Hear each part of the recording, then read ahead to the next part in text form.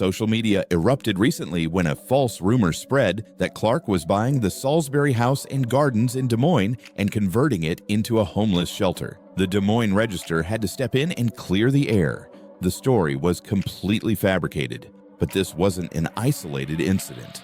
Another viral claim, this time from Facebook, said Clark was secretly buying the historic mansion for personal use.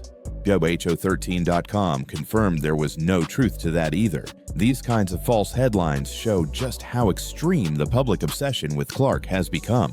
Whether it's golf photos, real estate rumors, or race-based criticism, she is constantly under a microscope.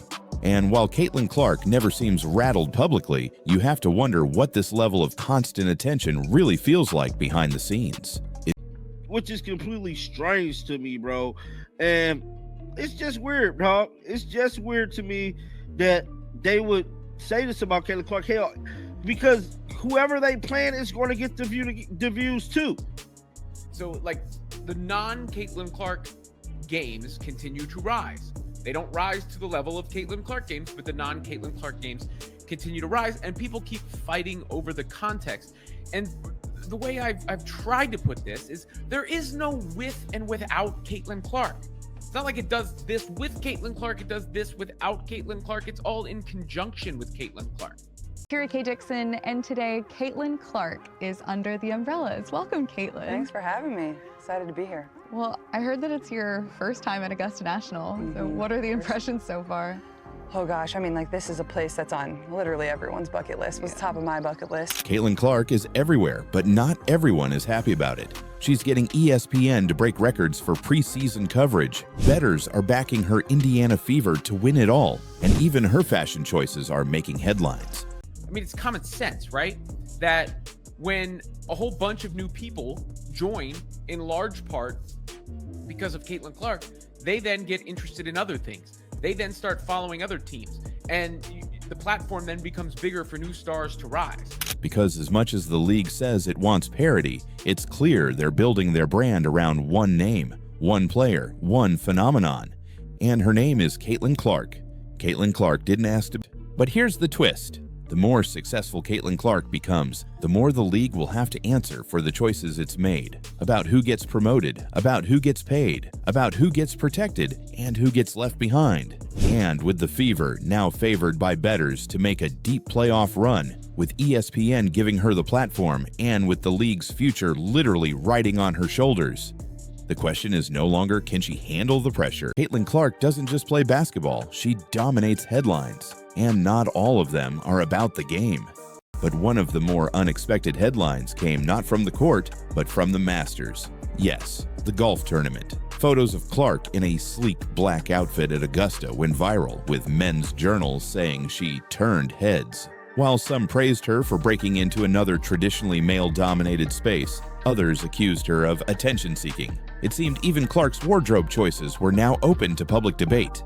Therefore, the line between athlete and celebrity continues to blur for Clark. Top of my bucket list. Caitlin Clark is everywhere, but not everyone is happy about it. She's getting ESPN to break records for preseason coverage. Bettors are backing her Indiana Fever to win it all, and even her fashion choices are making headlines. However, Clark's rapid rise has not been without controversy. Two-time NBA champion Michael Thompson recently claimed that some WNBA players harbor resentment towards Clark for 4 reasons: her race, her popularity, her style of play, and the media attention she receives. It all started from the national championship game, and I've been dealing with this for 2 years now. And understanding, like, yeah, negative things have probably been said about me, but honestly, I'll take that because look where women's basketball is. People are talking about women's basketball, but you never would think that we'd be talking about women's basketball. People are pulling up to games. We got celebrities coming to games, sold out arenas, like, just because of one single game. And just looking at that, like, I'll take that role. I'll take the bad guy role, and I'll continue to take that on and be that for my teammates. Not even legends like Sue Bird or Diana Taurasi got this treatment during their rookie seasons. Therefore, ESPN's move wasn't just a broadcast, it was a signal to the rest of the sports world.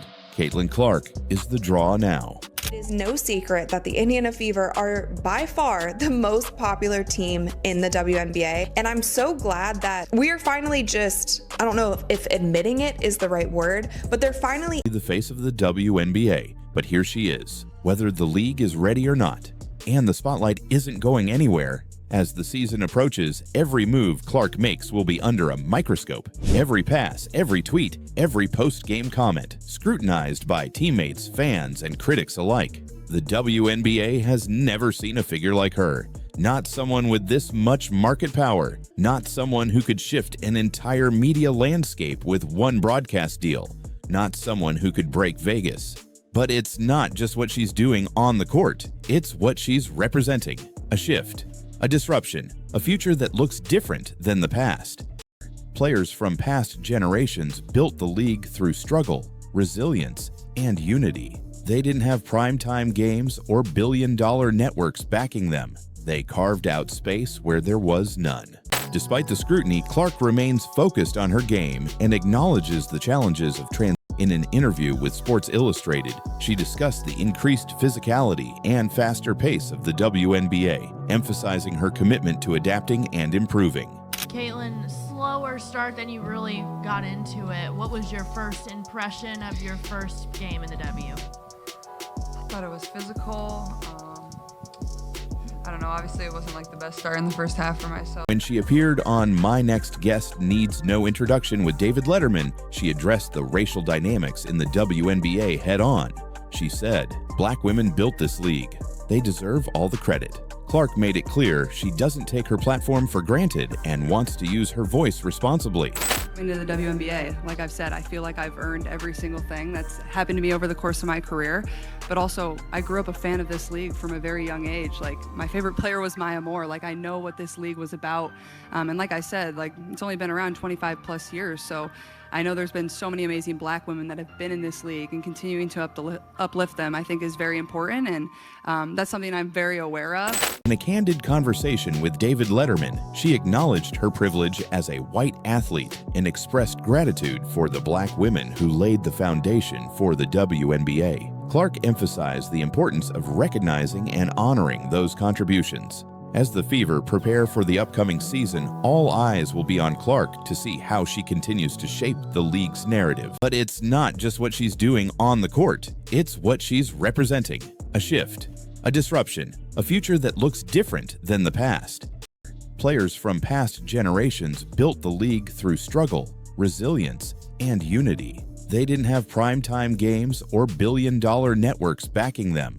They carved out space where there was none. So for them, watching a rookie rise so fast, with the full backing of ESPN and corporate America, feels like a slap in the face. It feels like the rules suddenly changed, and no one told them. Therefore, the backlash isn't just about Caitlin Clark, it's about what she symbolizes. She's not just a player anymore, she's a turning point. But even in the middle of the storm, Clark has shown unusual composure. She doesn't take the bait. When race is brought into the conversation, she doesn't dodge it. She faces it. But behind the spotlight, something darker is growing. Double NBA champions are speaking out. WNBA players are turning cold. And now, she's being forced to defend her very identity. Why is Caitlin Clark facing backlash after changing the game? How did a girl once kicked out of class for being too good at sports become one of the most controversial names in basketball? And what is ESPN really planning with her rise? While ESPN is happily capitalizing on the Caitlin Clark effect, players around the league are asking tough questions. Why are their games still stuck in bad time slots? Why are some teams not getting similar coverage, despite winning more games or having longer legacies? This has created a strange paradox. Clark is single-handedly raising the league's profile, yet that same spotlight is dividing the WNBA's core. It's no longer just about basketball, it's about who gets the attention and why. Since Clark entered the league, attendance at Fever games has more than tripled. Merchandise sales have soared, and now sportsbooks are reflecting that same excitement. Bettors are backing the Indiana Fever as dark horse contenders to win the WNBA Finals. Think about that. A team that struggled to stay relevant just a year ago is now being taken seriously by Vegas odds makers, only because Caitlin Clark is wearing their jersey. This isn't just hype. This is the pressure, politics, and power plays of the WNBA exposed. Caitlin Clark's impact on the WNBA is undeniable. As she enters her second season with the Indiana Fever, the buzz surrounding her continues to grow. Bettors are increasingly backing the Fever to win the WNBA Finals, a testament to Clark's influence on the team's prospects. According to ESPN, the Fever have seen a significant surge in betting interest, reflecting the high expectations placed on Clark and her teammates. Clark's presence has also led to unprecedented media coverage. ESPN is set to broadcast the Fever's preseason game against Brazil's national team, marking the first time a WNBA preseason game will be nationally televised. This decision underscores the Caitlin Clark effect and her ability to draw national attention to the league. Video that Caitlin Clark workout, it would have averaged more numbers, more viewership than Rivals. Like, I mean that. Like, it genuinely is, it's scary, this type of hype. Since Clark entered the league, attendance at Fever games has more than tripled. Merchandise sales have soared, and now sportsbooks are reflecting that same excitement. If I want to be that, and I know I'll go down in history, I'll look back in 20 years and be like, yeah, the reason why we watching women's basketball is not just because of one person, it's because of me too, and I want y'all to realize that. Like, it's not just because of one person. Made the decision to nationally televise a preseason WNBA game, it was a major shift in priorities, and it was all because of Caitlin Clark. Guys, I'm here to tell you, this is the first time an exhibition game has been picked up ever in WNBA history. And we already know why they're picking up this game. This should come as no surprise to nobody why they decided to pick up this very game. And I'm here to tell you, the first letter of this young lady's name start with a C, and the last letter of this lady's last name ends with a K. Caitlin Clark, baby. The Fever's exhibition matchup in Iowa wasn't just another warm-up, it was historic. According to the New York Times, it marked the first time in WNBA history that a preseason game received national television coverage. ESPN